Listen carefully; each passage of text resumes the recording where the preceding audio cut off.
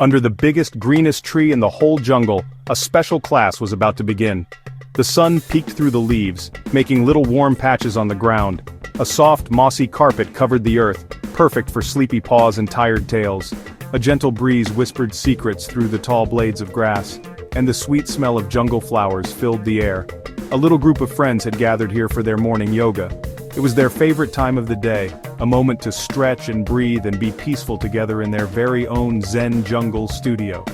A tiny mouse named Whiskers was already on his mat, a small leaf he had found that morning. He sat very still, his eyes closed and a tiny smile on his face. Next to him, a family of monkeys chattered softly, getting their mats just right. A big, slow sloth named Sid had hung himself upside down from a low branch, ready to do his yoga from there. A colorful parrot preened its feathers, and a fuzzy bear cub yawned a big, sleepy yawn. Everyone was calm and happy, waiting for their teacher, a wise old owl, to begin the class. It was a perfect, peaceful picture. The air was so quiet you could hear a dewdrop fall from a leaf. The animals breathed in the fresh morning air and breathed out all their worries. They felt the soft ground beneath their paws and the warm sun on their fur. This was their happy place, a spot where everyone was a friend and every day started with a smile. They were all different sizes and shapes, from the smallest mouse to the biggest bear. But here, under the big green tree, they were all part of one big, happy yoga family. They were ready for a lovely, gentle stretch. Whiskers wiggled his nose and opened one eye. He looked around at all his friends, feeling a warm glow inside. He loved this part of the day when everything was quiet and just about to start. He saw the monkeys helping each other with their poses, and the parrot giving a friendly nod to the sloth. It wasn't just about the stretching, it was about being together. He took another deep breath, smelling the sweet scent of honey blossoms and damp earth. He was so glad to be here with his jungle friends in this beautiful sunny spot. Suddenly a rustling sound came from the bushes. It wasn't a quiet rustle. It was a loud, crash-bangle thump kind of rustle.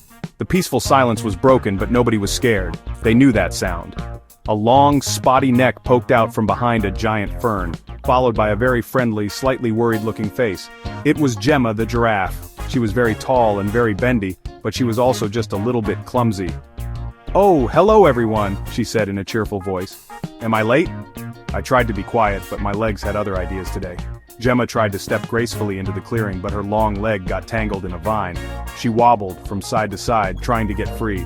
Her head swayed high up in the leaves, accidentally shaking a branch and causing a shower of pink flowers to rain down on the bear cub, who giggled and tried to catch them on his nose.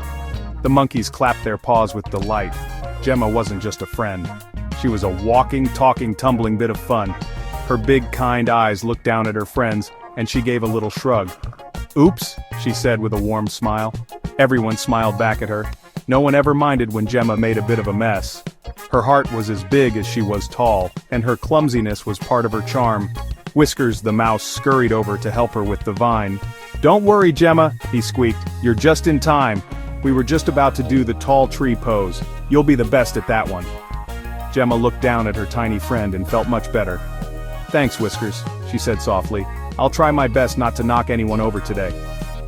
With a final wiggle, Gemma untangled her leg and found a spot for her mat at the back of the group. It was a very large mat made of woven palm leaves.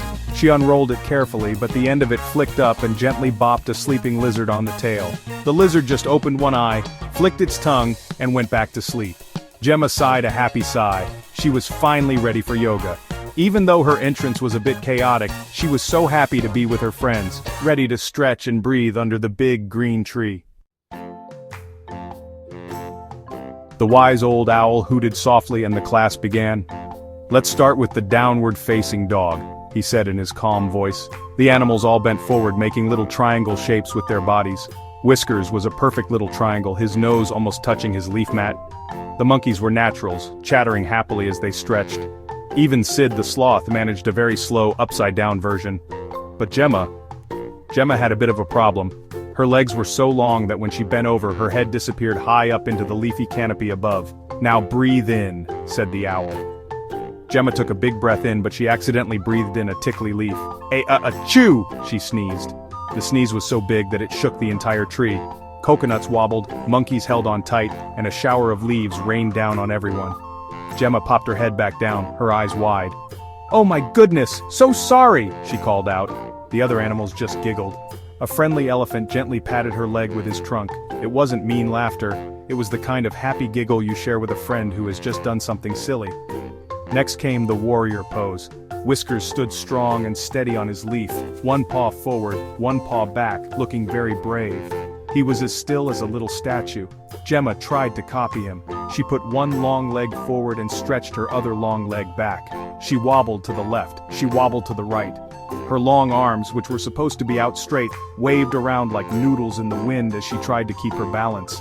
She looked less like a mighty warrior, and more like a wobbly dancing flower in a storm. Despite her wobbles, Gemma kept trying. She looked over at Whiskers, who gave her a tiny encouraging nod. She took a deep breath, just like the owl said, and tried to find her balance again. For a moment, just one wonderful moment, she was still. She felt strong and tall like a real warrior. Then her hoof slipped on a stray berry, and the wobble returned.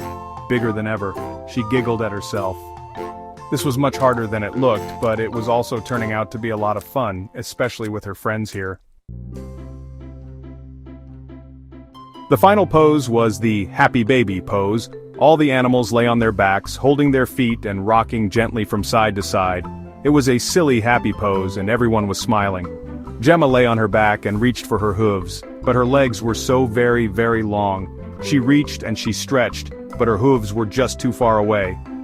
She kicked her legs in the air, trying to grab them, looking like an upside-down giraffe trying to run a race in the sky. It was a very funny sight. With one final, enormous effort, she gave a big kick and a huge wiggle. This was the wiggle that changed everything. She rolled right over like a giant spotty log. She rolled past the monkeys who tucked in their tails just in time. She rolled past the bear cub who thought it was a new game. She rolled right towards a table where the post-yoga juice glasses were waiting. "Look out!" squeaked Whiskers. But it was too late. With a gentle, slow-motion crash, Gemma bumped the table, and all the colorful berry juice glasses tipped over in a beautiful, sticky waterfall. For a moment, there was silence. Then Gemma, now lying in a puddle of purple, red and blue juice, started to laugh. It was a big, happy, rumbling laugh that came from deep in her belly. Soon, all the other animals started to laugh with her. The jungle was filled with the sound of happy, joyful giggles. Gemma sat up, now decorated with colorful splodges. "Well," she said, beaming, "I guess I am not the best at yoga, but I'm very good at making a mess." She didn't feel bad at all, she just felt happy to be with her friends. Whiskers scampered over and dipped a paw in the purple puddle. "Don't worry, Gemma," he said, licking his paw. "Trying is the most important part, and having fun is the best part.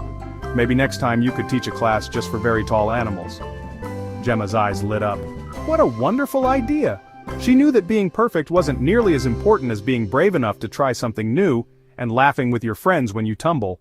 And in the happy chaos of the Zen Jungle Studio, she had done both.